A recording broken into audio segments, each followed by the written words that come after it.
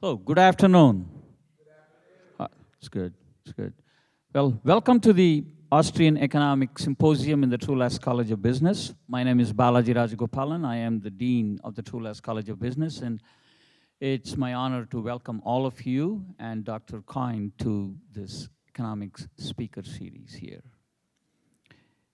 As we sit here today, the world is challenged on so many fronts.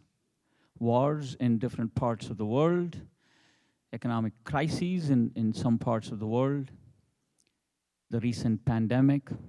There are more questions than answers in many of our minds about the economic future of not just the United States, but the global economy as well. A topic of great interest to all of us, and so we are delighted that we will have an expert that will give us some thoughts on this very topic. Dr. Christopher Coyne is a professor of economics at George Mason University.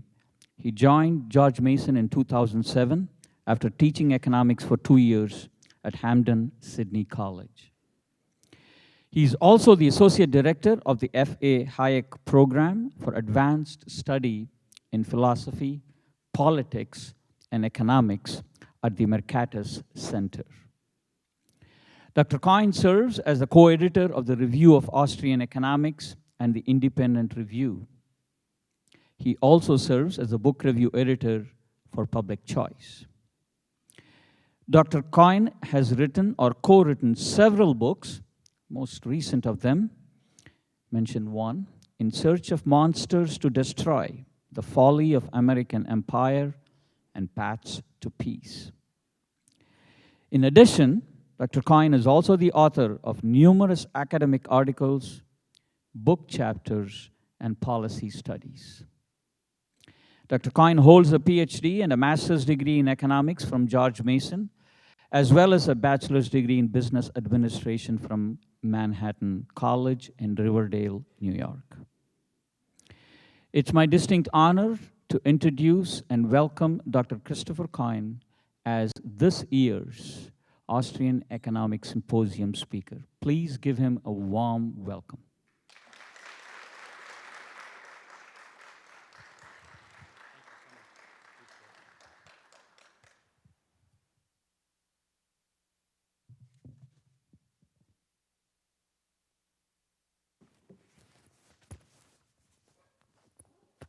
Can people hear me in the back? Well, thank you very much. It's a pleasure to be here with you. And it's my first time in Columbia, first time to this institution. And I've had a wonderful time meeting students and faculty and interacting with people. And I'm going to be talking with you all today about a topic or a set of topics, I should say, that is both near and dear to my heart, but also, I think, crucial to the well-being of all of us, but more importantly, human beings, both domestically and internationally. And the message I bring to you today to kind of foreshadow where I'm going is one of optimism, cautious optimism, but optimism nonetheless. And when I was invited to speak here and we were discussing what to talk about, and I was thinking about it, one thing that has occurred to me being on a college campus at George Mason, we're like Missouri, we're tens of thousands of students. I have the pleasure of interacting with undergraduates, graduate students, both master's and PhD students. But especially coming out of the COVID experience, I've noticed that younger people are oftentimes pessimistic about the future. And I understand why. And it goes beyond that anecdotal set of interactions. If we look at surveys, we see something similar. And so this is from a New York Times article in 2021 that's summarizing a cross-country survey that was administered by UNICEF, the United Nations Children's Fund. And as the quote I pulled here suggests, people are quite pessimistic about their financial future, their well-being, the likelihood that they are going to be better off than those that came before them.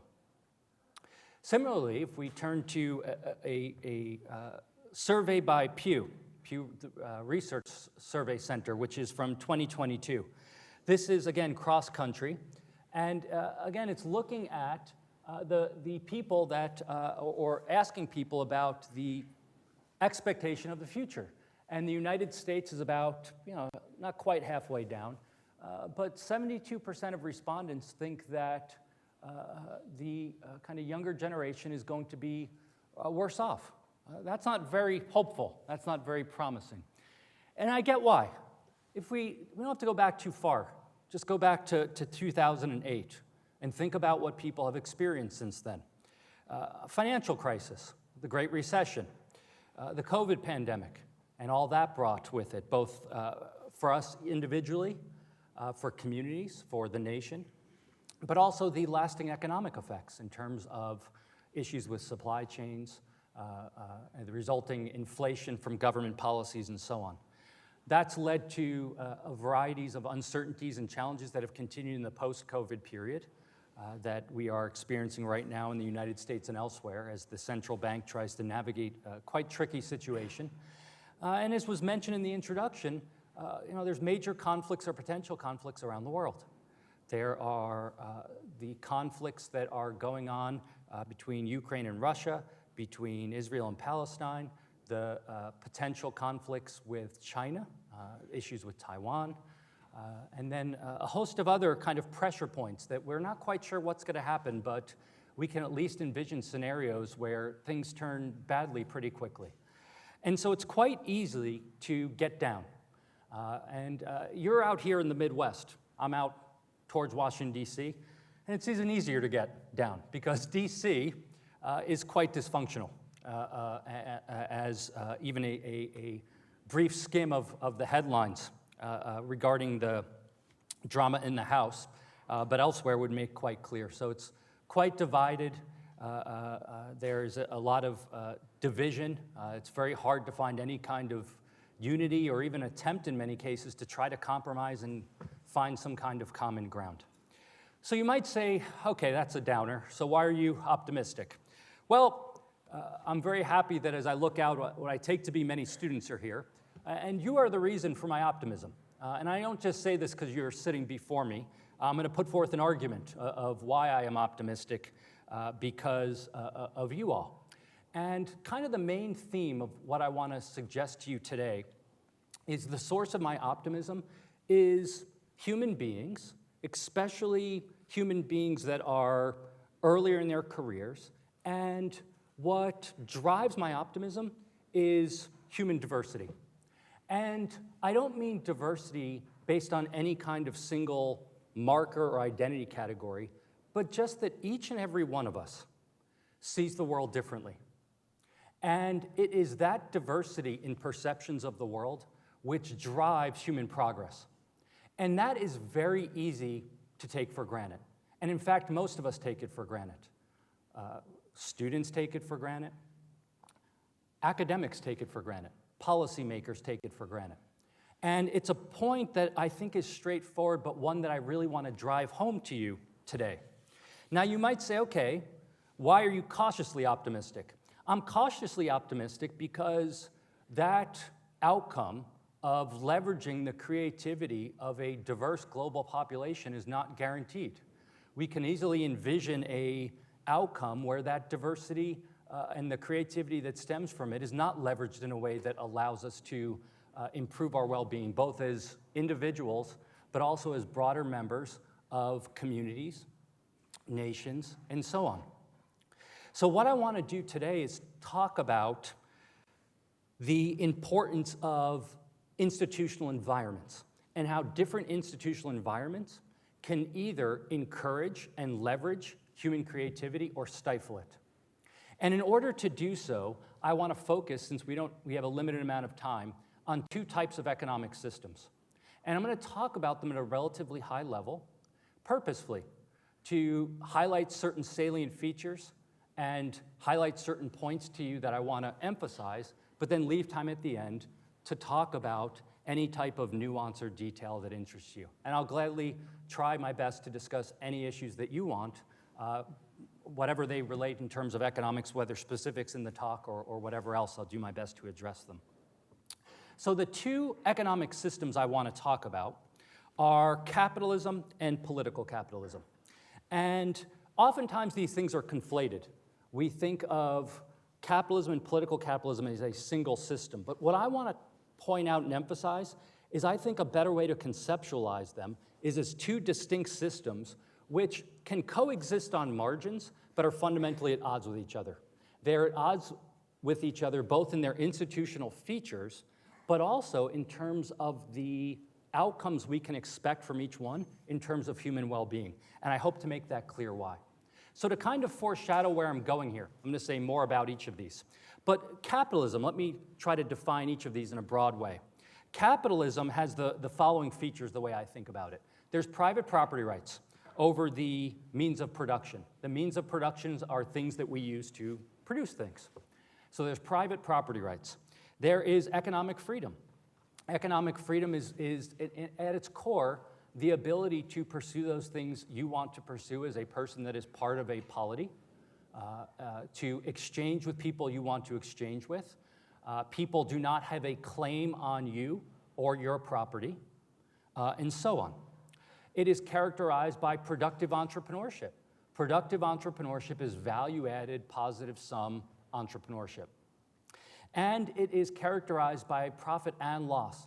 And the word "and" there is emphasized purposefully, because one of the things that I hope to emphasize to you and impress upon you is that if you cut off either the loss side of the equation or the profit side through markets, it leads to a deterioration in desirable outcomes and functioning of markets. That is, if you say to a business, you get to keep profits that you earn, but if you suffer losses, everyone else is going to bail you out, it's going to lead to perverse consequences. And many, but certainly not all, of the economic issues that we see going back to 2008, if not before, are due to distortions in that mechanism, which largely come from policy. So then we have political capitalism. Political capitalism is an institutionalized system where the political and economic elite work together to design rules that benefit them at the expense of those that are outside the elite. The system undermines many of the desirable features of capitalism. I have this quote here from C. Wright Mills. He was a sociologist. I believe he taught at Columbia for a majority of his career, and he published a wonderful book, The Power Elite, in the 50s. And I think this quote nicely captures the essence of political capitalism, which is there's a back and forth. When politics gets involved in business, business is going to get involved in politics. And it's going to lead to entanglements, which perhaps have undesirable features, or at least that's what I want to argue. So I want to spend a little bit of time unpacking and discussing each of these two systems in more detail. And I want to start with markets, which underpin capitalism. And I want to begin with a story. And the story I want to begin with is based on this project that an inventor named Thomas Thwaites undertook. He wrote a book. He also has a TED Talk. So if you're interested in this, you can Google it and look at it. It's 10 minutes. And I think it's a very powerful example of the benefits that markets can bring. And here's what Thomas Thwaites did. So he's not an economist, an inventor. He bought a toaster. Okay, so I think he's based in London. So he bought the cheapest toaster he could find. I think in the video he says it was 3 pounds. That's the equivalent of about $6. All right, so it's the cheapest plastic toaster. You and I would take it for granted on a daily basis. If it broke, we would throw it out, buy a new one. We wouldn't think twice about it. And he reverse engineered it. So he took it apart. And here are the pieces. A basic toaster, I think if I remember correctly, has about 480 distinct pieces in it. And then he goes around in the video and in the book, and he tries to get all of them from scratch. So he's like in like the mines getting like iron ore with like a chisel. And he's trying to mold plastic in his backyard. And it's a disaster. It takes him weeks, if not months. And at the end, his toaster looks horrible. He plugs it in, it shorts out in 2 seconds. And his point in doing this was to demonstrate the beauty, the intricacy of human relationships, and how even the most mundane items that you and I would say, a toaster, what's the big deal about that? Requires peaceful social cooperation between hundreds, thousands, tens of thousands, hundreds of thousands of human beings, oftentimes geographically located around the world, extremely diverse in their person, in their life experiences, and so on, and yet somehow it all comes together in a way that you and I are able to take it for granted. And so it's quite a powerful story about the beauty of the mundane, the beauty of the ordinary, if you will. But if you think about it, it is this type of cooperation that allows us to have improvements in human well-being. Those of us sitting in this room, I'm going to say with relative confidence, probably all of us, are in a very privileged position, which is we are at a time in history where we produce directly very little of what we consume. Some of us do, some grow things, but usually it's for a hobby. I garden for, I don't, but someone might say, I garden for a hobby. I stitch clothing for a hobby. I'm into home repairs as a hobby. Most of us are not in a position where we we produce directly what we consume. We rely on other people. And one of the messages I want to communicate is that markets are ultimately interactions between human beings. You know, economics as a field is a social science. I want to emphasize the word social. We can make that distinction, of course, to draw a wedge between that and our brethren in the natural and physical sciences. But the word social is important there. Social means human. It's a human science. Now, it's quite easy to forget that. We talk about the economy. The economy did this. The economy did that. Someone needs to control the economy. Who's going to fix the economy? Well, all of that stuff neglects the fact that there's actual human beings which underpin all economic activity. And we shouldn't forget that. We shouldn't forget that because, number one, any kind of productive process requires interactions between people. Policies affect people. You can never do things to the economy without doing things to people because the economy doesn't act itself. In philosophy speak, it has no teleology or purpose. Only human beings do. Policies can do things for better or for worse, but it's going to affect human beings. But also, we neglect the background conditions of markets. I mean, think about the beauty of markets, not in terms of physical outputs, but the stuff that goes in. Again, think about what we take for granted. We walk around the world. We interact with strangers. We walk into someone's place of business, their property. We interact with them. Are there people that violate either formal laws or norms? Of course. Most of us don't. There's a reason we consider them to be the outliers. We greet people. We hold the door for people. We engage in an exchange, and what do we typically say after we engage in an exchange with a complete stranger? Thank you. And what do they say back? Thank you. Have a nice day. Now you're like, that's just a throwaway line. I want to suggest it actually means something. These are human interactions between people. You all know this, you just take it for granted. You know norms. You know that if you walk into Target, you can pick up someone's private property, look at it, put it back down. If you walked into someone's house and did that, it would be quite odd. Why? Because you understand norms of human interaction. So let's never forget the fact that human beings are underpinning this. But what makes markets work? Well, I want to try to break this down for you in a straightforward way. And the easiest way I've found to do this is with what I call, which I learned from one of my teachers, the 3 Ps. There is private property, prices, and profit and loss. Those are kind of the 3 guideposts that allow markets to function, that allow that toaster to come together, that allow human beings, each of us, which has diverse ends, goals, diverse experiences, to coordinate and come together. And so let's just spend a few minutes talking about each of these, if you will. Come along with me. What are private property rights? Private property rights are this. A private property right exists when scarcity exists. If you don't have scarcity, meaning that scarcity means we cannot fulfill all our wants given what's available to us, then there's no need for private property rights. Private property rights exist because we have scarcity. So what are private property rights? Number one, they are the ability to exclude. You can exclude outsiders who don't have a claim on that property to the use of that property. Number two, it is the ability to use your property as you see fit, contingent on you not violating the property rights of others. Another way of putting this is there's cash flow rights attached with it. You don't have to use your private property in order to earn cash. But if you do, you have a right to cash flows and to losses, because cash flows can either be positive or negative, of course.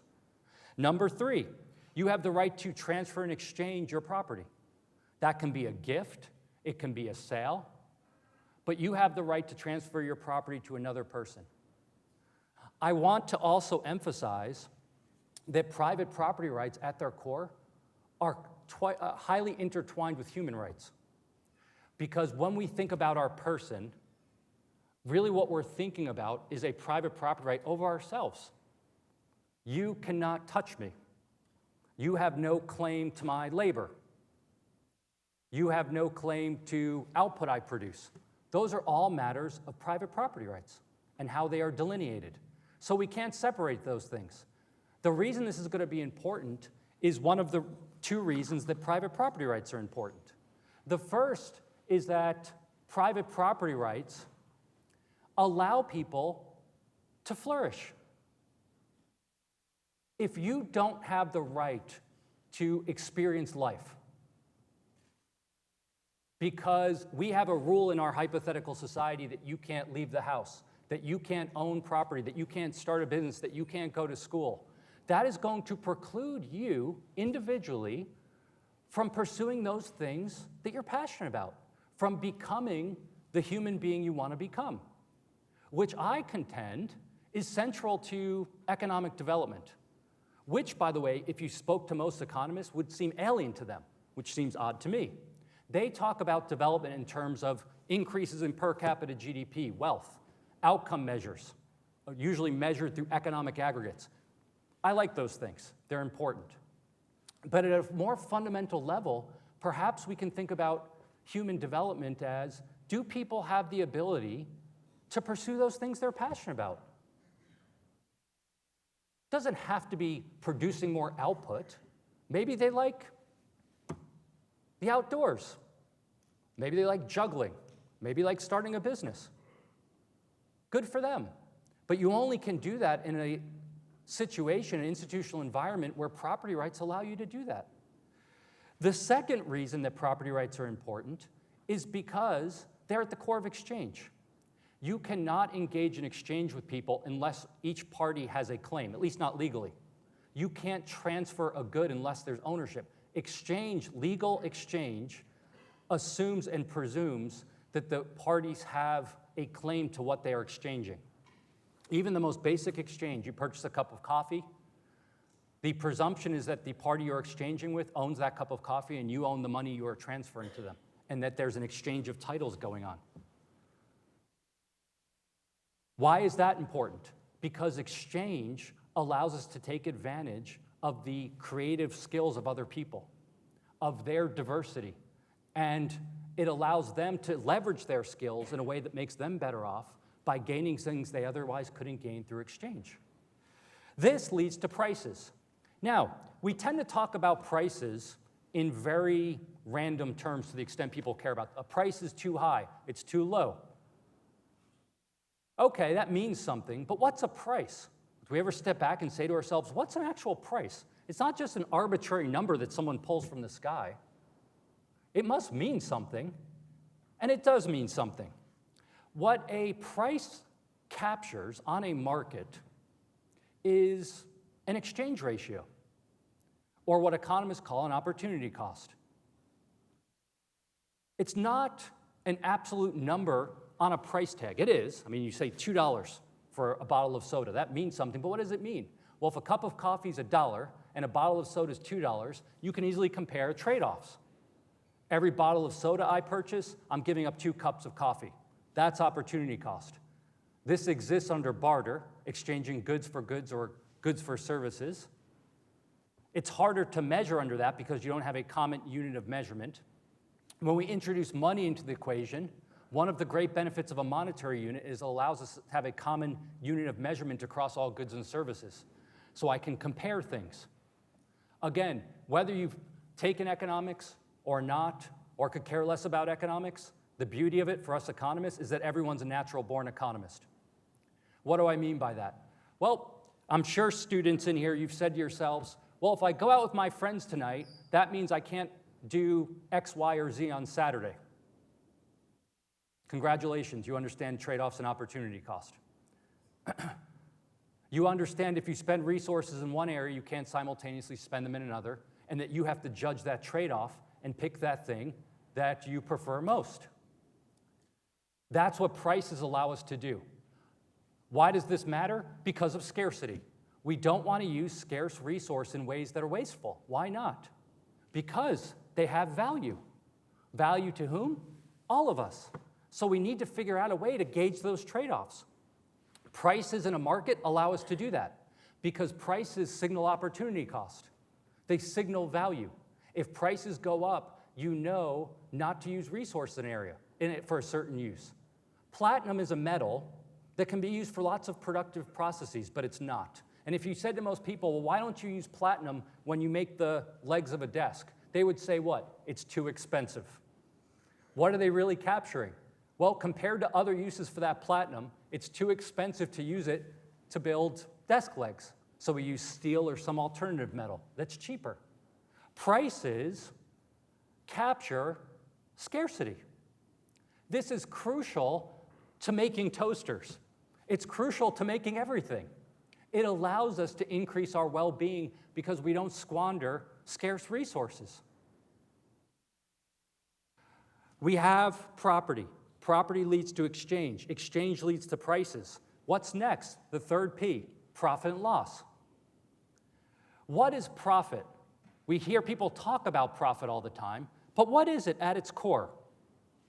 What profit is, well, really what it is at its core, it's revenue less costs, of course. But what is that telling us?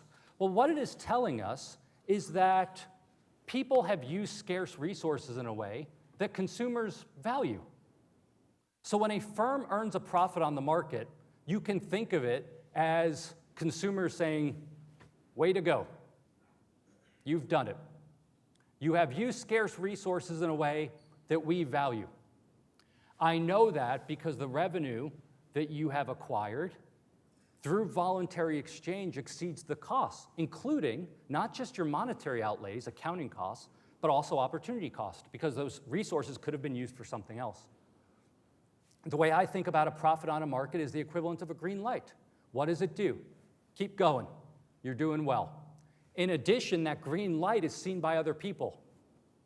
And they say, hey, there's a green light over there. They're earning a profit. Maybe we should think about doing that as well. That's the essence of competition. That's what makes the market go. So when you think about profit, when you hear people talk about profit, most people don't know what it's actually doing. They have either they don't care or they have some kind of visceral gut reaction, typically associating profit with greed. But what that neglects is what profit on a market actually tells you. What it tells you is that you have satiated the wants of consumers to such an extent that they have rewarded you for bringing a good or service to market. Which means, of course, that preventing that from happening and curtailing it means preventing and curtailing making consumers better off. Remember, all things related to markets are ultimately traced back to human beings and human decisions and human interactions. So then we come to losses. And what's a loss? Well, of course, definitionally, a loss is you're not covering your costs. But what is it actually telling us? Well, if profits are a green light, you can think of losses as a yellow light or a red light. It might be telling you to slow down. Don't produce as much. Figure out how to cut your costs a little bit. Or it might be saying, stop completely. I have a great idea. I'm going to mass produce typewriters. I think students will like typewriters. You say, that's absurd. Bring it to market. No one's buying my typewriters. What does that tell me? No one wants typewriters. What do they want? Computers, tablets, smartphones. I have a hard budget constraint, in plain English, my bank account. At some point, if I continue to make typewriters, my bank account's going to have a balance of 0, meaning I literally will not be able to make typewriters anymore. Markets work well to provide profits to those that produce things that people value and losses to those that don't. And together, what this does is it facilitates coordination and cooperation between people, but it also incentivizes entrepreneurship. Now, what's entrepreneurship? Well, there's lots of different definitions, but I'm going to keep things simple and straightforward. It's alertness to profit opportunities. It's alertness to profit opportunities. It's a conjecture. I look out into the world and I say, I think if I do this, I can make a profit, which means I purchase all the inputs, I put all the time in, I produce something, I think people will buy it. That's what it is at its core. What is the foundation of entrepreneurship? What I mentioned earlier. The only way you get entrepreneurship is human diversity and creativity. Because if we all saw the world the same way, we would never see a profit opportunity because we'd all see the same thing. The very notion of entrepreneurship is that you, the hypothetical entrepreneur, says, I think if we do things slightly different, that will make people better off. Or I have an idea for a product, and I think will make people better off. And it can be the kookiest, crazy idea. I mean, someone did come up with the idea of the pet rock at a point in time. Someone said, I think if I put a rock, here's a pitch. I'll put a rock in a box, write a little story about it, and I think people will buy it. Well, that's absurd. I'll tell that to the guy that, I don't know who came up with pet rocks, but tell it to the person that made that and made all the money off pet rocks. So that's what entrepreneurship is. Entrepreneurship is alertness. But how do we operate when we have these conjectures? Well, prices and profit and loss. That's what guides entrepreneurs. People use prices because they think about what inputs they have to purchase in order to make something. Then they have to forecast what they think they can sell it for, and it's a conjecture. That conjecture is then tested against the profit and loss mechanism. And that's what provides feedback to producers as to whether they are meeting the wants of consumers. So what does this look like? How many people have here seen Shark Tank? Love Shark Tank. I'm glad you share my affinity for it. Damon John, one of the sharks, he's my favorite, so I picked him to talk about. Coyne House, we watch Shark Tank every Friday. And I like Damon John, in addition to his personality on the show, which is the reason my favorite shark. But if you read his backstory, it's fascinating. Right? Just a fascinating backstory that I really think serves as one illustration of what I'm trying to capture here in terms of the essence of alertness. And of course, Damon John is known as the founder of FUBU, For Us, By Us, which he started in the 1990s in New York, Queens, New York, which is where he was raised.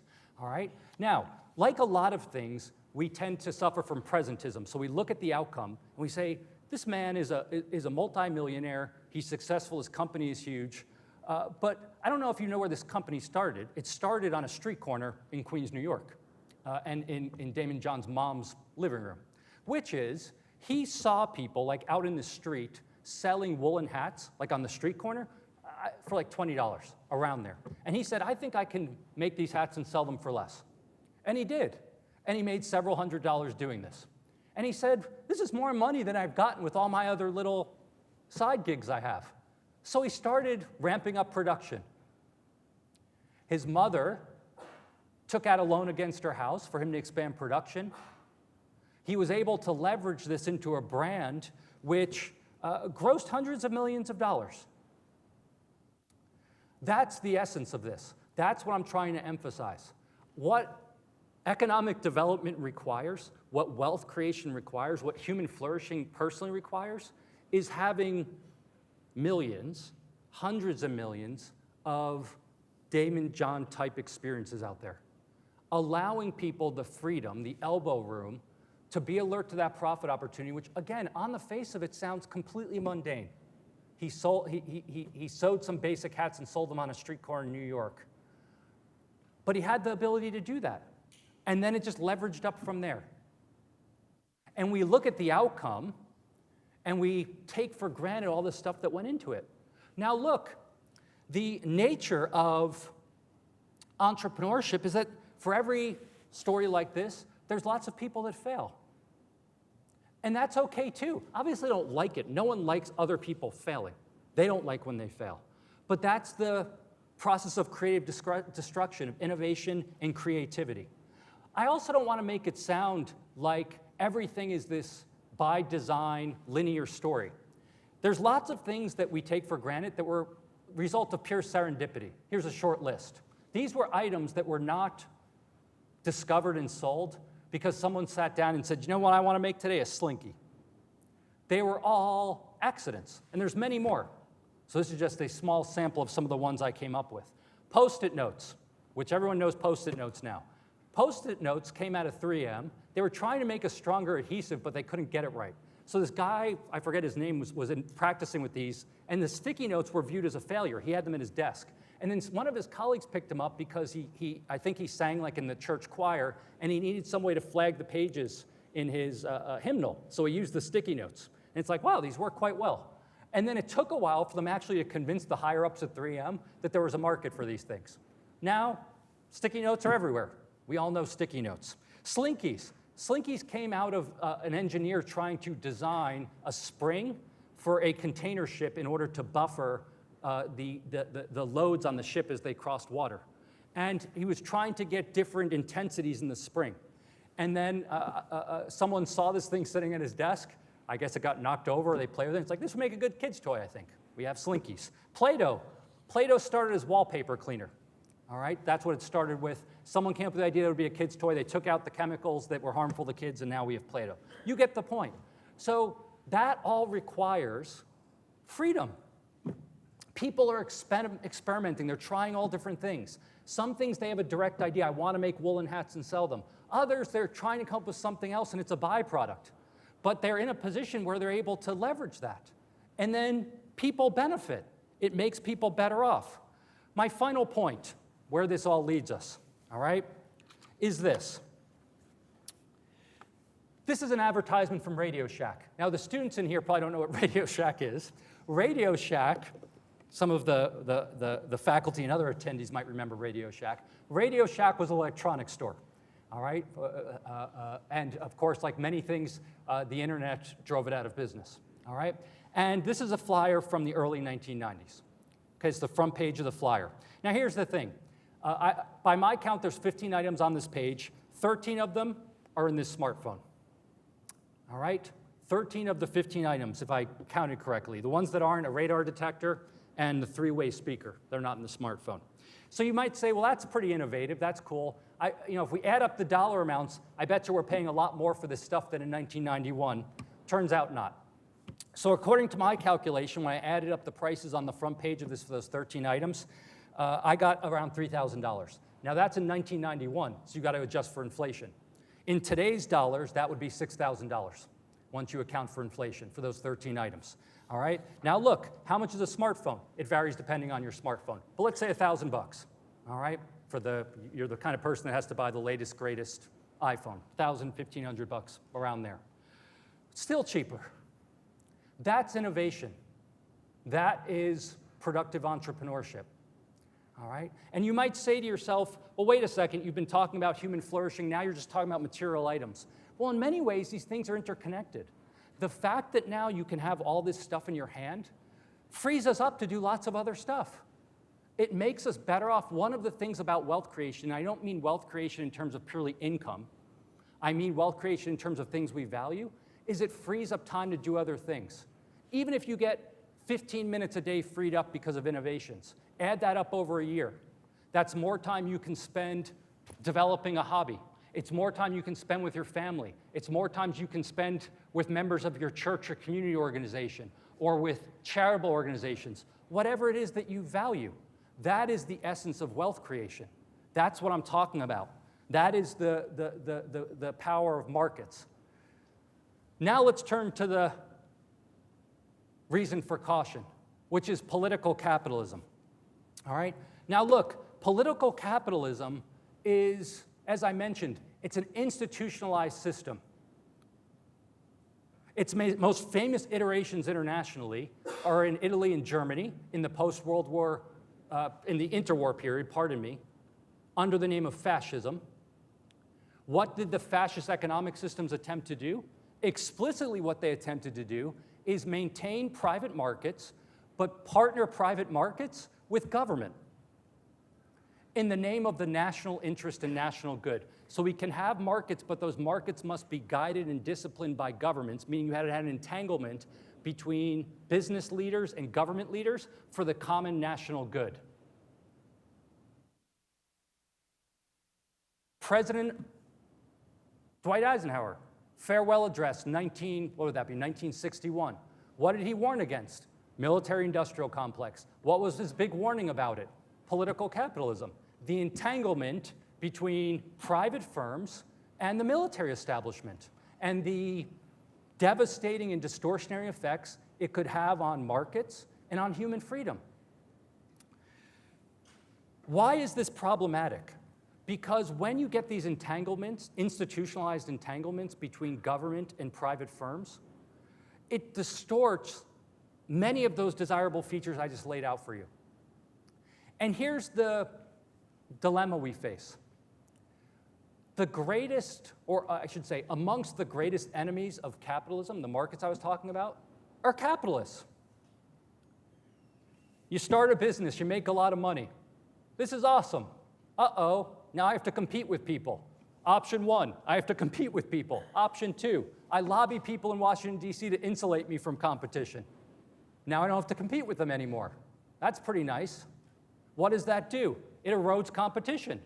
Competition, central what I was talking about. Notice when I laid out profit in the green light, I said it attracts other people who see the green light and come in. But if I can erect barriers, artificial barriers, using the political instrument to prevent people from coming in, it means I get to keep the profits. And the competitive pressures that are inherent in markets are neutered, as are the desirable features. If I can get government to backstop me so that I don't suffer losses, so I get to keep the profits, but losses get spread around the room, it's a pretty sweet deal for me.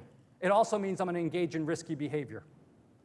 So a lot of this isn't rocket science. You want to understand the problem with bailouts? Let's do a thought experiment. Let's say I told you, like, hey, everyone, this weekend you can get on a plane and go to Las Vegas, and you can bet money. And any money you earn, you get to keep. And if you lose any money, keep tabs, come back here, and we'll divide it equally amongst the room. We'll call you taxpayers. Well, how would you behave? I imagine you would behave, and on the margin, engaging in riskier bets, because you know the upside of those riskier bets is a higher payoff which accrues to you. You know that if you lost, you incur some of the loss, but it's divided amongst the many. You see the problem. You see the challenge. Here are some, not the only, but some of the manifestations of political capitalism. Lobbying.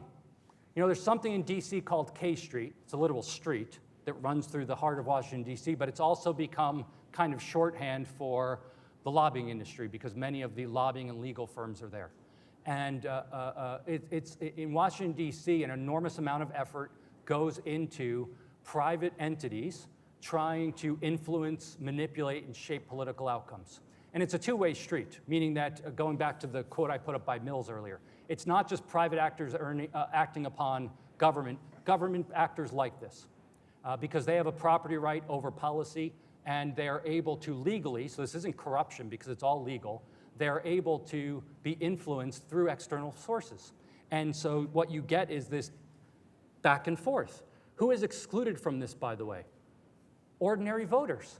They are outsiders. They have no way of directly influencing that situation. Your one vote cannot influence that situation. That undermines both the very purpose of representative democracy as well as the desirable features of markets that I laid out earlier. Extraction. As I mentioned, politicians love this. So there's something called juicer or milker bills. And representatives in Congress know that they can get big firms to give them money, either directly to their campaigns, to various organizations and charities they want. And one of the ways they do it is they milk them. So they will introduce a bill that they have the power to kill. all right? And that bill will harm the corporation, or industry, I should say. And what do you see? The coffers open, the firms start pumping in money to their various charities, and all of a sudden the bill dies. You and I, as ordinary people going about our lives, don't even know this is happening because we have no incentive to care about it anyway. And so you get extraction of resources from the private sector. Regulatory capture. You say, well, regulation's necessary in order to tame business. Okay, perhaps. So who's going to design the regulation and implement it? Regulators. Do regulators act in the public spirit and sit there and just design regulation? No. They're heavily influenced by the very industries that they're regulating. And you see the manifestation of this through the revolving door. The revolving door is the back and forth movement between the private and public sector. And what industries in the United States have the largest kind of manifestation of the revolving door? Banking, healthcare, defense industry. All right? And on the face of it, it makes sense. If you are going to regulate exotic financial products, you're not going to come to some ordinary person who knows nothing about exotic financial products. You're going to go to someone who was a trader of exotic financial products. Where are you going to find that? Goldman Sachs, JP Morgan, and so on. Now you're on the private industry side, and you say, I got to figure out these regulations and navigate them. Who's the best person to do that? Someone that designed regulations. Now we all know social networks. We all know how networks react. So you all know each other. You're friends with these people oftentimes. They're friendly, they run in the same circles. So this isn't some grand conspiracy theory. It's the logical outcome of the way the system's designed.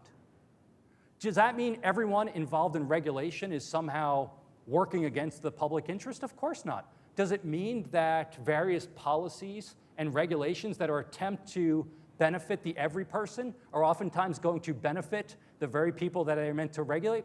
It certainly will. And it does if you pay attention to it carefully enough. Protectionism. Every protectionist measure is a measure in favor of monopoly and against competition. We take this for granted. I'm talking about protectionism both domestically but also internationally. We have to protect ourselves from China, from whomever the threat is the flavor of the week. So we erect protective barriers. What does that do? Insulates domestic firms from international competition. It creates monopoly power. Firms actively lobby government to erect protectionist measures to insulate themselves from competition internationally. Of course, they never put it that way. They're doing it in the name of the national interest, the national good. So what do you have? Partnerships between private industry and government leaders. What does that sound like? Fascist economic system. Today we call this economic nationalism. Back in the day, it was called mercantilism. It was the placement of the nation above the individual. It was a form of collectivism. The individual must sacrifice themselves to the greater good of the nation. And the greater good of the nation is determined by the political elite in partnership with the business elite. Licensing, and then I'm going to finish up.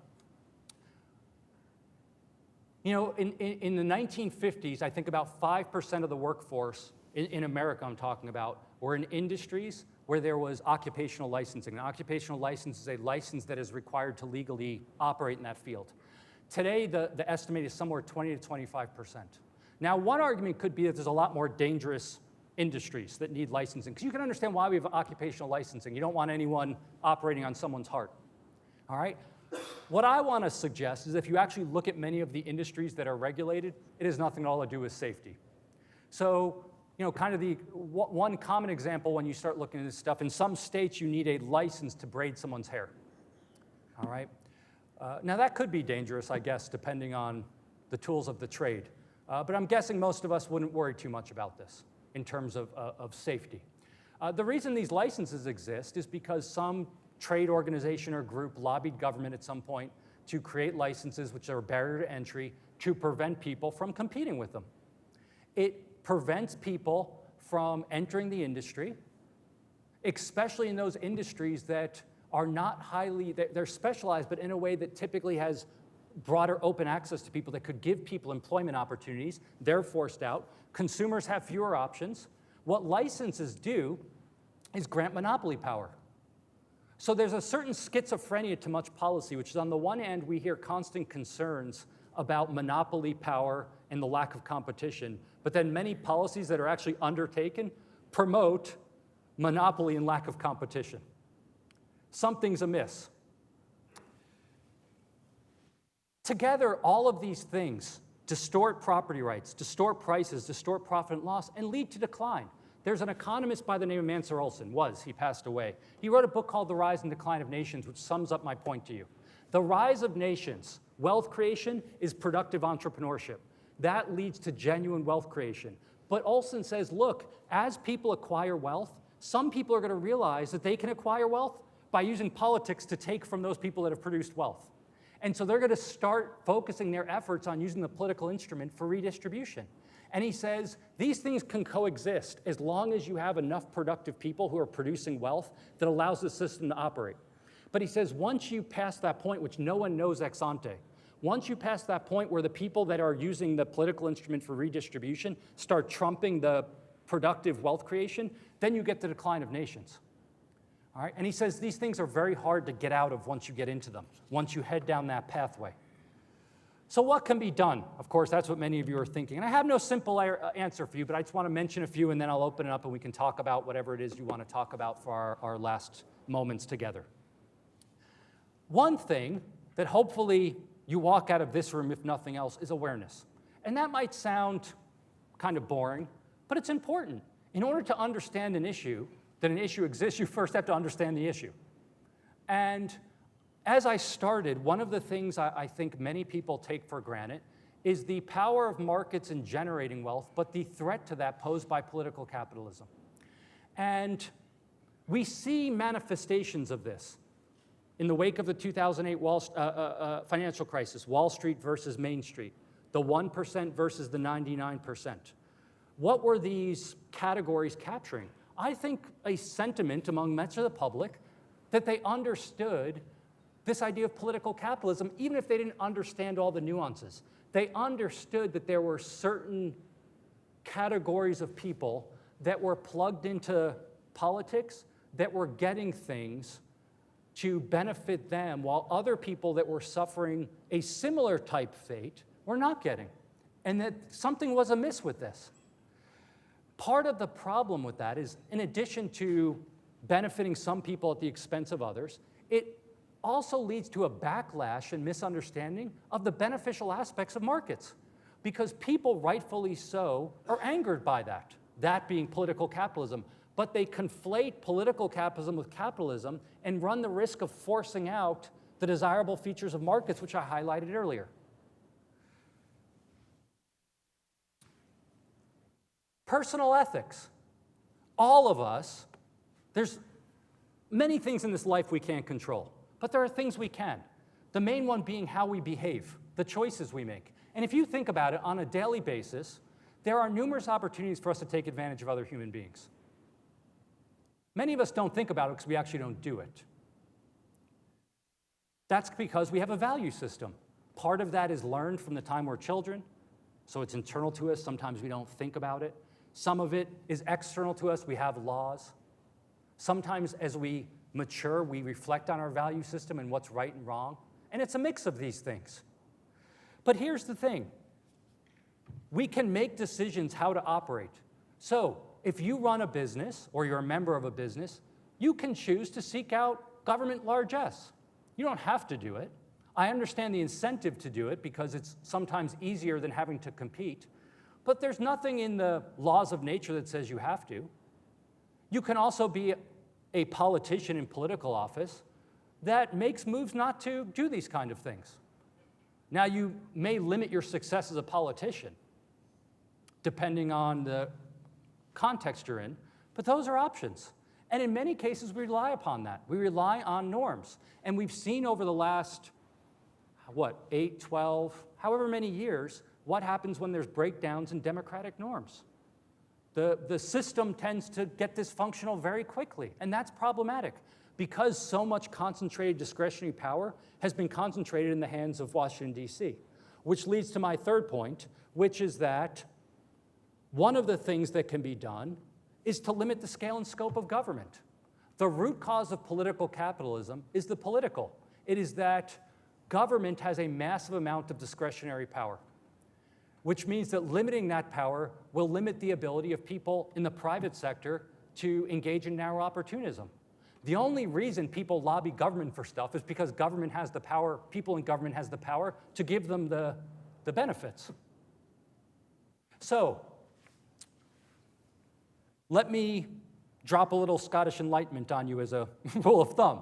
David Hume, famous philosopher, known for many things, but one of the things he put forth is called what we now call Hume's political maxim. And it's very simple. Doesn't answer many of the questions of the world, but I always use it as a good thought experiment. And I'd like to mention it to you so you can consider doing so as well. Hume's political maxim is this. Anytime we're thinking about politics, assume the knave is in charge. All right, the knave being the undesirable person. So you see some policy or program or initiative that you're like, that's awesome. I want you as a thought experiment just to check yourself to say, okay, is this policy awesome because my person is in charge right now? Now I want you to think as a thought experiment, think about your least desirable politician. It can be an actual human being or some construct in your mind. And think about if that person was running the policy, would you want them to have that power over you? If the answer is no, then that might give you pause. It's not a stopping argument unto itself, but it does make you think about it because our natural tendency as humans is to fall into teams. My team's in charge, I want them to do stuff, but then they get upset when the other team's in charge. The lesson being your team's not always going to be in charge of politics. So think about what that means. A system of economic freedom is ultimately one that will empower us to flourish individually and to become wealthier, to do things that both improve our own life but also improve the well-being of our fellow human beings. And from that perspective, we still have many elements in America of that, of economic freedom. And to circle back and finish where I started, it's for that reason that I am cautiously optimistic about the future, despite the fact that I also am fully cognizant of all the challenges we face. But I do want to urge, especially the younger people here, where there are many reasons to perhaps be pessimistic, try not to be. Because ultimately, it is not just a hopefulness, but an aspiration for a better world that each of us can contribute to, even at a relatively small scale, that will ultimately lead to bigger changes and improvements in human well-being. Thank you all very much.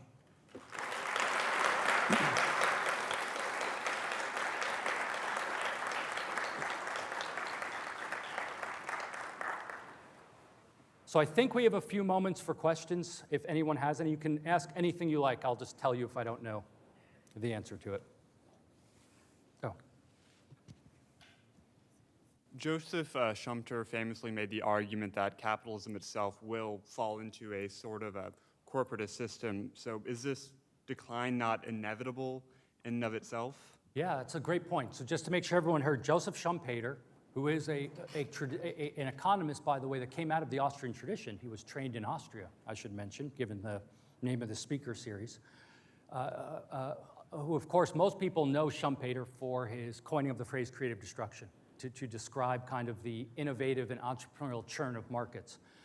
But as correctly noted, he also was quite skeptical of the sustainability of capitalism. So too, by the way, was F.A. Hayek, who was a very big proponent of the benefits of markets and capitalism. And both of them feared that markets worked so well that people would take them for granted.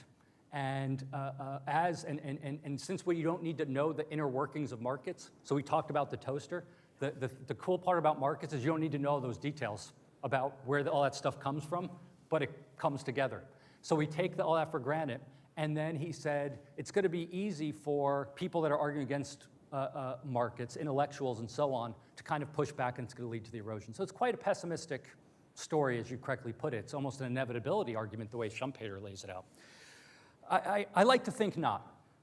Now, I fully admit that could just me wanting to sleep well at night. So maybe it's my coping mechanism.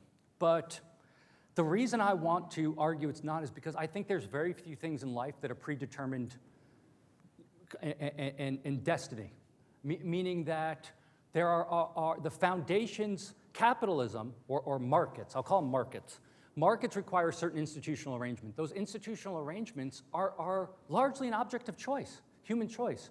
We have agency, meaning control, to varying degrees, but we have some degree of agency to shape the world in which we live. The moment you recognize that, it means at least there's a possibility we have agency to not go in that direction.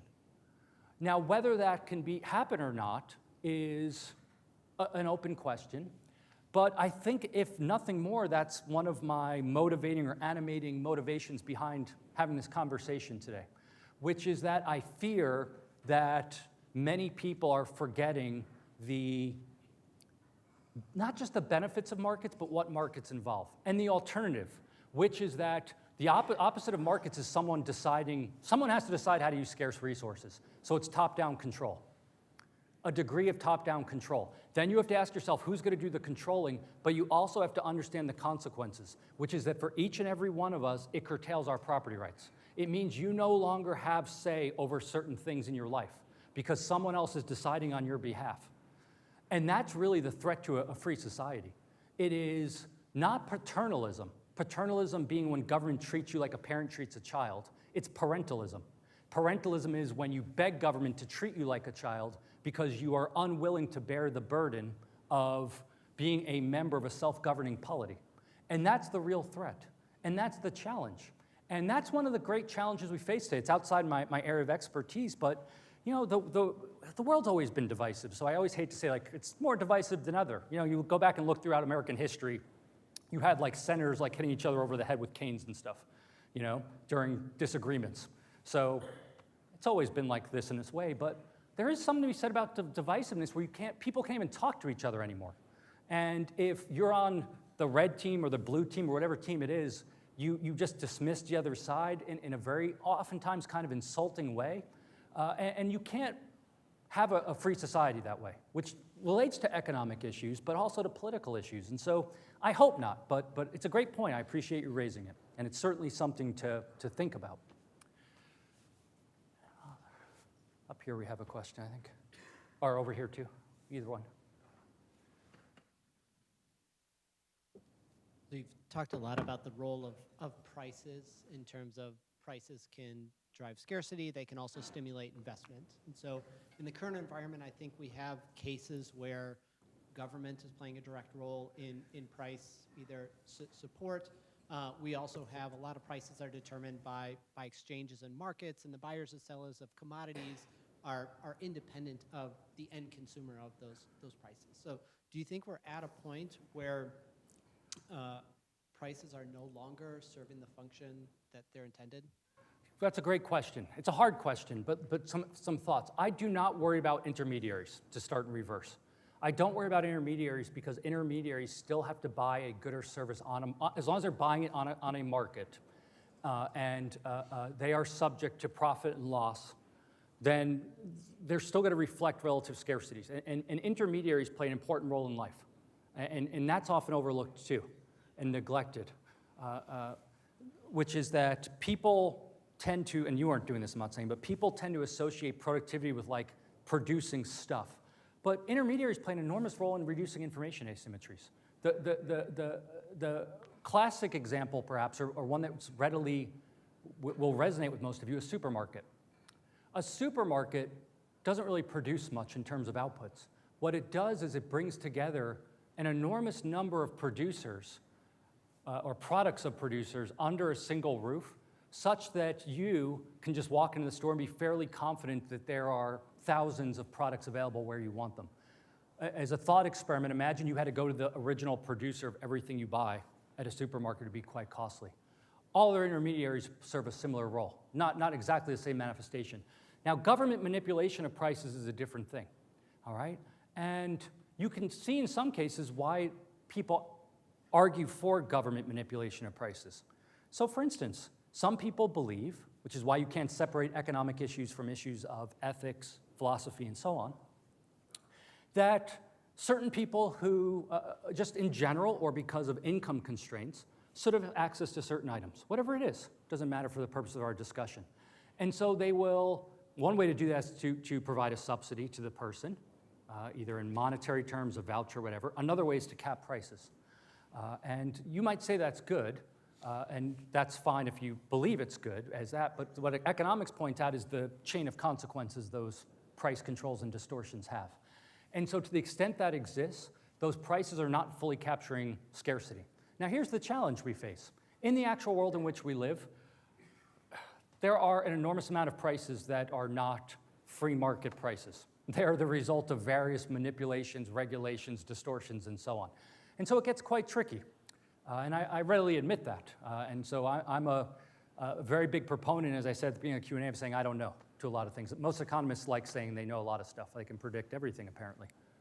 I don't know what to do about that, other than try to get rid of them. But they're not capturing relative scarcities, and we cannot make, what we can say is claims about efficiency coming out of those. That's what it limits us from doing. Yep. Yeah, first off, thank you so much for coming out and speaking. I know that I learned a lot. My question, you mentioned that you would talk about things at a higher level, and you mentioned lobbying quite a bit. I wanted to see, your opinion in a efficient society, minimizing the negative impact lobbying can have, the political capitalism that you mentioned. How can the connection between sharing industry-specific knowledge between public and private markets, how can that go about efficiently without, bringing upon that threat? Yeah, that's a great question. And so there's a couple possibilities. I won't give you a firm answer. Rather, I'll mention the possibilities, and you and others can reflect upon them. One is to not share knowledge directly, but to have one argument is to have certain types of investment from the public sector into the private sector, and it's simply it would be analogous to a grant or transfer. All right. Some people go further and say you should mimic a venture capital type setup, but with government. I don't think that works because government's not a venture capital firm. Just the way it's set up, it's not venture. So you're going to get massive distortions. But some just say, and we see this in the world. You'll say, if government decides they want to support a certain type of business, small, medium enterprise, or enterprise at a certain location, they'll make grants available. And that's a one-way transfer. So that doesn't require any kind of intricate knowledge. Another is I'm not taking a position on these, I'm laying out the options. Another is not to do it. Another is to say the role of government, to the extent it has a role in economics, in the economy, is to create general rules that everyone is subject to, and the minute that government starts intervening, it never sticks to one thing.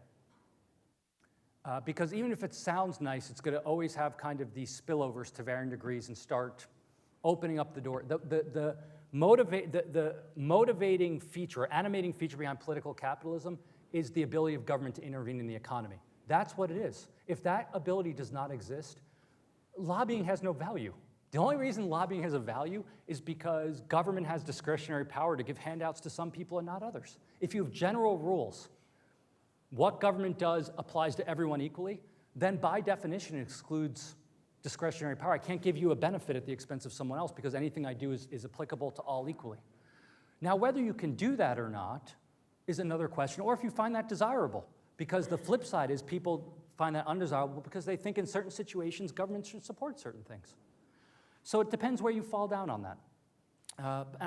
There's potentially other options as well, but I'll leave it at that for now. But it's a great question, an important one, because a lot of people, of course, are talking about public-private partnerships. Another variant this takes on is state entrepreneurship. You'll hear some people refer to it as. So it's certainly a relevant topic for the foreseeable future. Any other thoughts, questions?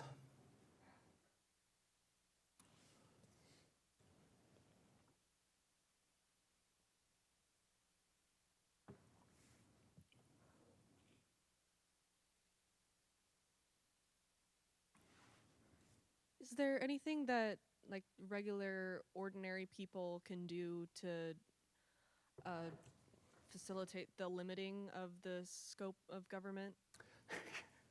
Yeah, I get your question. It's a hard one, and on a daily basis, I think it's overwhelming, and so I understand why someone would say, "Oh, this is hopeless."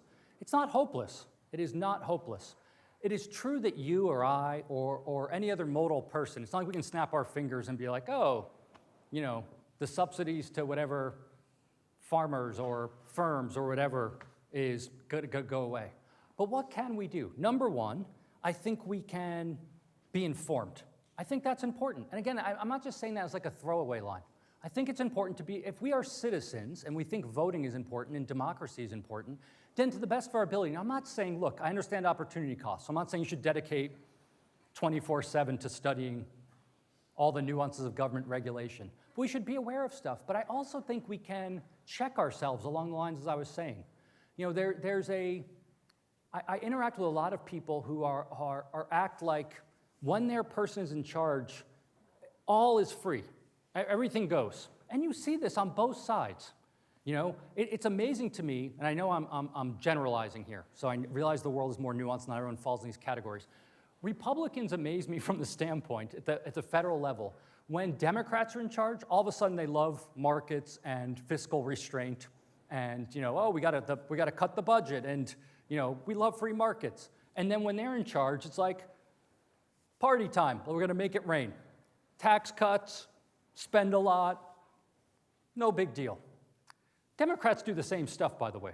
They talk about concerns for corporate power, for corporate welfare. They too make it rain for their friends. And so checking ourselves, irregardless of where you personally fall ideologically, because this argument applies irrespective of that, just checking your own thought, I think, is important. And here's one final thing I say, because I think I had another question. You know, I think all of us should just work hard to be respectful of other people. And that, in some sense, is quite powerful. It's somewhat sad to have to say that, but being able to have a constructive, critical meaning that you don't necessarily have to agree on everything, but constructive conversation is crucial. It's crucial to life. So if you automatically pigeonhole someone, like I can't talk to that person because they are on that team, then it's a non-starter. So all of us have a lot of power from that standpoint to be informed, to think critically, but to decide how we interact with people. Now, beyond that, it depends what you do in life. You know, some of you will go into policy, and you'll have the ability to influence a lot of stuff, for better or for worse. Some of you will be journalists, and you'll be able to influence things. Some of you will start for-profit businesses. Some of you will go into nonprofits. Others of you will go into academics. The neat thing, I think, in a free society is that every single walk of life influences things in some way or another. And it's overwhelming to step back and think, I can't change anything, but here's another way to change it. The world is already changed by your very existence. The world can never go back to the way it was pre-you existing. That goes for every single one of you. It is true that any daily impact might be minimal, but we see greatness happen. We see social movements throughout history happen. You know, not long ago in human history, think about it. You could own people. There were entire segments of the population that could not vote. And if you go back and look at discussions then, and the people who were abolitionists, who were for expanding the franchise, what did people say to them? That's crazy. This is the way it's always been. You're crazy to think that you're an extremist. Good for them. So figure out what your system is, what your values are, but also keep an open mind. But realize that every single one of us in our daily life has power to change the world, because we already change it, just how you're going to change it. And once you think in that way, it becomes a lot less daunting, and you realize actually you have quite a bit of power, because every single day in your life you are influencing things in a magnitude of ways. Do you have a question? Yeah, I was just curious. Do you think that aligning the interest of the large voter base with the interest of politicians through, for example, their payment package that they receive, would be a easier way to kind of get rid of the political from the capitalism? Than simply reducing the size of government? I follow you. I like the way you're thinking, because you're thinking in terms of incentive alignment. So I don't know if you study economics, but you get an economics medal for thinking those terms, either way. But I like the spirit of the idea. I'm skeptical, certainly at the federal level, even at the state level, that could work. And here's the challenge we face.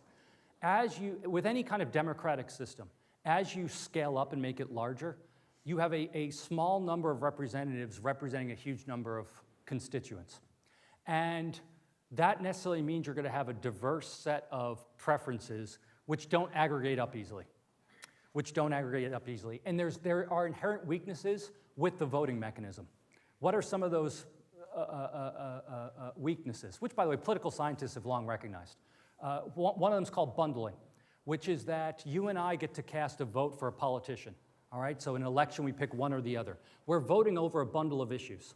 So there's no way to separate issues, meaning that you might like a candidate's position on education, but not on foreign policy, or whatever issue. Pick whatever issue you like. You have to pick them, and you are the bundle of issues, which are usually massive issues. They're very large-scale issues that affect human well-being, both domestically and internationally, are bundled together. There's no way to separate out your preference. So a politician receiving your vote has no way of knowing if you like their foreign policy, their education policy, their healthcare policy, or all of the above.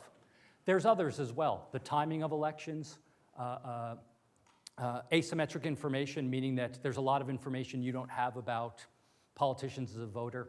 And so, again, it's unclear to me what it would mean to align their salaries or payment package with the votes of citizens. The other challenge, of course, is that members of Congress, I think, if I'm correct, approve their own pay. So we're going to have that challenge as well. But again, I like how you're thinking in terms of ways we can align incentives. One is to think about different political structures. And if you just think about federalism, the idea behind federalism, whether you subscribe to it or not as a political institution, was an attempt to check government power by creating different units. So the subunits, the states and so on, were supposed to check the federal level, but also to create smaller political units that better aligned with citizen preferences and allowed citizens to have competitive pressures. So if you live in Columbia and are unhappy, you can move elsewhere. Whether that works or not it's a big issue in political science and other fields, but it's getting at a similar type of how can we align incentives. So thank you very much. We probably have time for one more question.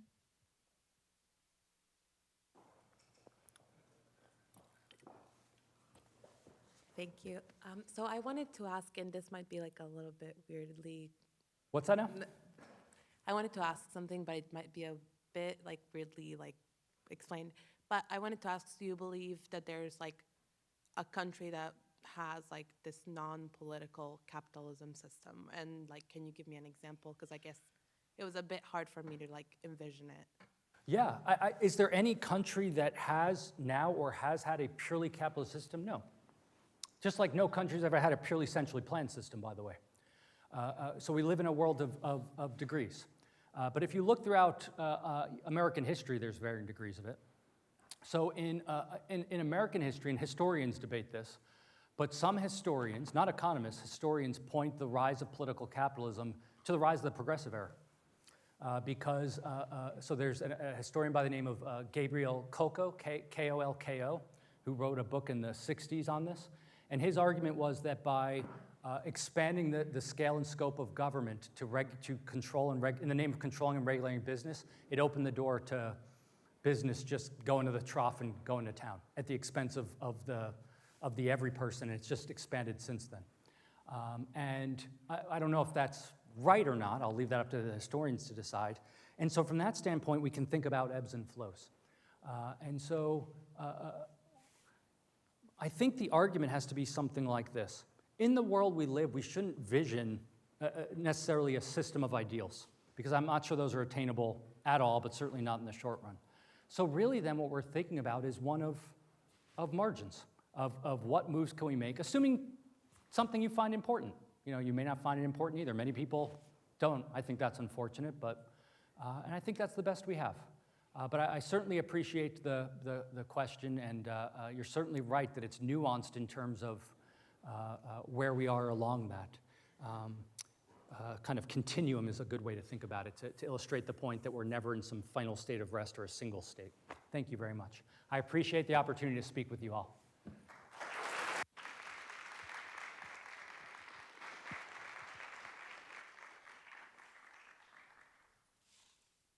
Thank you, Dr. Coyne. And just a small gift in appreciation of your so wonderful. much. I appreciate it. Thank you so much for coming and spending time with us. So I great. appreciate it. Thank you. Thank you all again. Thank you for it. Have a wonderful day.